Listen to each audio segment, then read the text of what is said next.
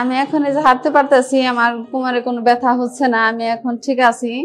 এখন হাঁটা চলায় কোনো সমস্যা আমার হইতাছে না। আমি এই যে অনেক যেভাবে এই যে হাঁটতে পারতাছি। আগে যেভাবে বসতে গেলে আমার কোমরে অনেক ব্যথা লাগতো, অনেক অসহ্য বোধ করতাম, এখন আর লাগতেছে না। এখন আমি ঠিক মতন উঠবস করতেছি। আমি তো আগে সিঁড়িতে উঠতে পারতাম না, পায়ে অনেক ব্যথা করতো, হাঁটু ব্যথা করতো। এখন আমার এই সমস্যাটা নাই, এখন আমি সুস্থ আছি। আমার সিঁড়ি বাইতে অনেক ইজি লাগতেছে, খুব ভালো লাগতেছে। এখন আমার কোনো ব্যথা হচ্ছে না।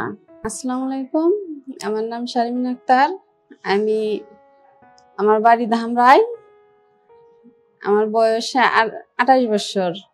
গত 5 বছর ধরে আমি কোমর ব্যথা, গাড় ব্যথায়, সারা পিঠে ব্যথায় ভুগছিলাম। সকালে ঘুম থেকে ওঠার পরে আমি বিছানায় থেকে নিচে দাঁড়াইতে পারতাম না, পা অবশ হয়ে আসতো। তারপরে অনেক